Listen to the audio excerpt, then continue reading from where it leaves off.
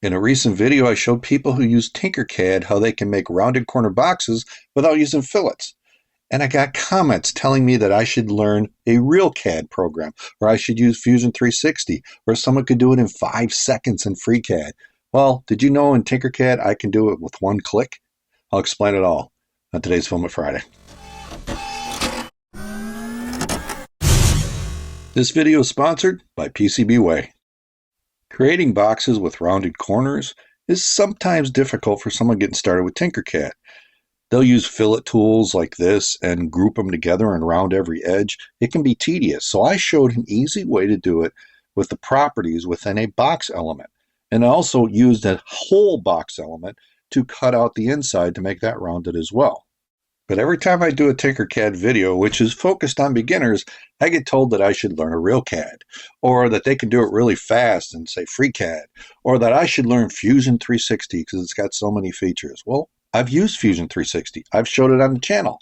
I took a circuit design in Tinkercad and converted it into a circuit board in Fusion 360. So I thought maybe I should explain better why I love Tinkercad so much. It's not just that it's easy to build 3D prints, but it also has electronics inside of it. I can design a circuit like this on a breadboard for a traffic light, and then I can come over to the side and I can write code, either in text form or block code. And then I can simulate it and actually run it on the screen without building anything physically. And then I can actually get the schematic from it. So if I wanted to take that schematic, turn it into a circuit board, it's easy to do. If I want the bill of materials so I could share that for someone else to build, I can get that as well. And electronics is what got me into 3D printing in the first place. And the fact that the two are together in one package is nice. But there's a third feature. It's called CodeBlocks. You can actually take block code and create 3D prints. Here's a simple example of CodeBlocks. I'm going to grab a block element, code block element, and then a cylinder code block element. And I can change that to a hole. If I click on the arrow, I have all the parameters that I can change for that particular element. After that, I can go to the left-hand menu. I can grab the group selection code block, and now it's going to group those together like I clicked on the group button in Tinkercad. And then it has a simulation where I can actually step through each code block. So here I've combined the hole with the cube, and then I grouped them. And so I ended up with a cube with a hole in it.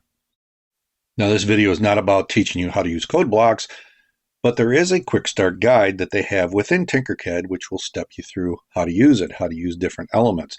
There's for loops, so things you can do over and over again automatically. There's variables, you can change settings so it's a parametric design. And when you run it, it'll create an STL file that you can 3D print.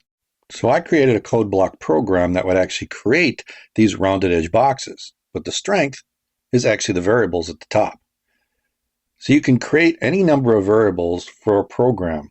And this is how you set your parameters. You just click on the create number variable and variable is created that you can drop into code anywhere. And then you can do this set height to, or really it's set variable to. And there's the list of variables that you've created. And you can set the variable to a value. So in this case, I have a variable for height, for length, for width, wall thickness, and a radius of the corners. From there, I use code blocks to recreate the steps that I used in Tinkercad to make the box in the first place. So now in the simulation screen, I can step through this code and make sure everything works. And I can adjust the speed, how fast it does this. So I'll just click step, and then it'll step through each command, and it creates the box, and then it'll create the hole. It's going to take out the center of it and position it properly, and it'll group together, and now I have my box with the rounded corners. And you don't have to step through it, just click on the arrow and it'll go through the complete animation and create the box. And during all this, I saw these stackable sorting trays in a store, and I thought, why couldn't I do the same? So I modified my code to add a second level of box that really is stacked on top, but slightly bigger. And here's the result. This thing draws the bottom box, puts a hole in it just like before, and then draws a second box, puts a bigger hole in it, and now I have a stackable tray just by modifying a few lines of code in code blocks. And from there, I can just export the .stl file, bring it into Prusa Slicer, make sure everything looks good, which it does, and then I can send it off to my Prusa Core 1. And from there, I can print one or many trays. They're stackable. And that's what I did with 2 different filaments. I have gray ones and black ones, and they stack on each other beautifully. But here's the best part. I can come in here and change these variables and make different sized boxes with just a few clicks. I can just change the length to 40, the width to 80, and now I've got smaller boxes with the click of the arrow. It'll just build a new one. I can export that and print it. And now I'll have a smaller set of stackable boxes, all made with the same program or the same set of code blocks. And because everything is in the cloud, I can easily share the link with whoever I want so they can build their own boxes. In fact, I did that with the original box with my Patreon supporters so they can use it. And these trays are really handy for me because I put the electronic components in when I'm building a circuit board. And if you're looking for a circuit board, don't forget PCBWay.com. You can get 10 boards for $5 plus shipping.